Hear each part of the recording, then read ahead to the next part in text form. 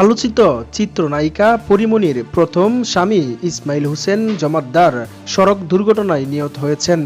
শুক্রবার ভোর রাতে ঢাকা ভাঙ্গা মহাসড়কের মাদারীপুরের শিবচরের পাঁচছর এলাকায় এই দুর্ঘটনা ঘটে।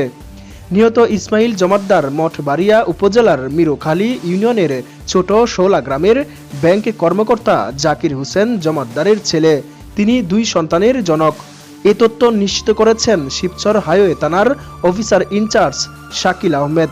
তিনি জানান, শুক্রবার 22 নভেম্বর ভোর রাতে ঢাকা ভাঙ্গা মহাসড়কের মাদারীপুরের শিবচরের পাঁচছর এলাকায় দুর্ঘটনাটি ঘটে।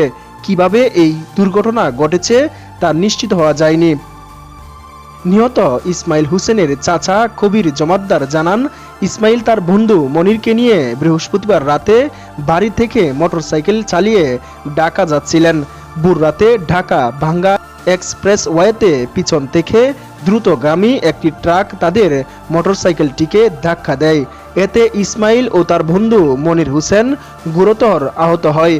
পরে স্থানীয়রা তাদেরকে উদ্ধার করে ঢাকা মেডিকেল কলেজ হাসপাতালে নিয়ে গেলে কর্তব্যরত চিকিৎসক ইসমাইলকে মৃত ঘোষণা করেন। তিনি বলেন, এই সময় ইসমাইলের বন্ধু মনিরকে প্রাথমিক চিকিৎসা দিয়ে আগারগাঁও পঙ্গু হাসপাতালে পাঠানো হয়। পরে পঙ্গু হাসপাতালে নিয়ে মনিরের একটি পা কেটে ফেলা হয়েছে, সেখানে তার চিকিৎসা চলছে। স্বজনরা জানান, নিহত ইসমাইল চিত্রনায়িকা পরীমনির প্রথম স্বামী, যদিও পরবর্তীতে ইসমাইল আবারও বিয়ে করেন।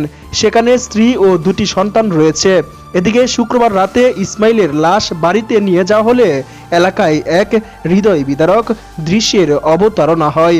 পরে রাতেই জানাজা শেষে ছোট শৌলা গ্রামের বাড়ির পারিবারিক কবরস্থানে তার লাশ দাফন করা হয়।